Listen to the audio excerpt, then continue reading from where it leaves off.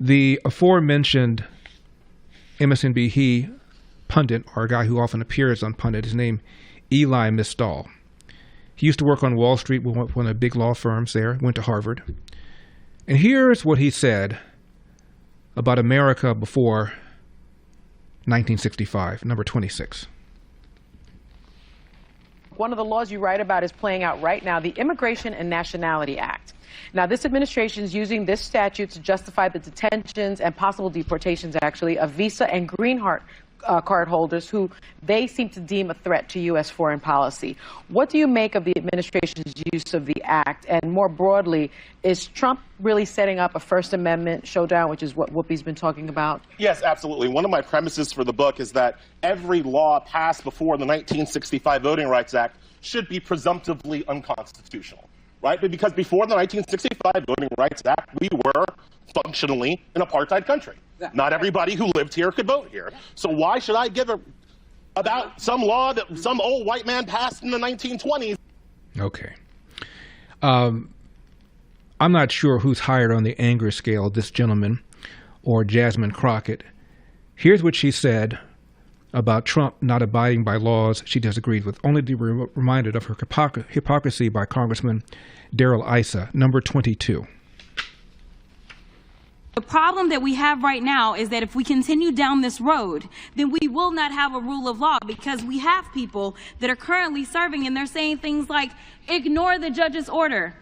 What it means to have law and order in this country is that you follow the order and you go through the appeals process, even if you dislike what the judge did. Thank you, and I yield. And I'll yield back to Mr. Issa. Mr. Issa, you had a question for me, which I'll yield to you now if you want to. Now that there's no time left. Thanks, Eric. I'm entertain it. You're good. You're good at that, but I'll take my own time. I'll recognize myself, and I'm going to note that when Ms. Ocasio-Cortez, or AOC as we know her, filed articles of impeachment on Justice Thomas and Alito, Ms. Crockett was one of the co-sponsors along with Mr. Cohen, both members of this committee. It does seem interesting that when the shoe is on the other foot, everyone is self-righteous. And I think this is a good example. For the last 3 hours, I have had to listen to one side talking about impeachment as though it was the nature of this hearing. It is not. And the point is that Jasmine Crockett had no problem demanding that Clarence Thomas and Justice Alito be impeached because she didn't like their decisions, now while criticizing Donald Trump for not liking judicial decisions. Now, the reason I started the show off with Jasmine Crockett and Eli Mistal is that I'm sure if you spoke to them privately, they would say that they are champions of black people. Jasmine Crockett has begun to speak in sort of a Ebonics, slang, ghetto type of style when she didn't speak that way before, went to Catholic schools.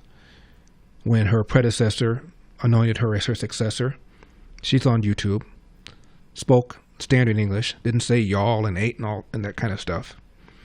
And Eli Mistal, as I mentioned, was once a prominent lawyer on Wall Street, went to Harvard, and is probably one of the angriest people I've ever seen on television. Both are black and purport to be concerned about the plight of black people in America. For full shows, live and on demand, it's Salem News Channel.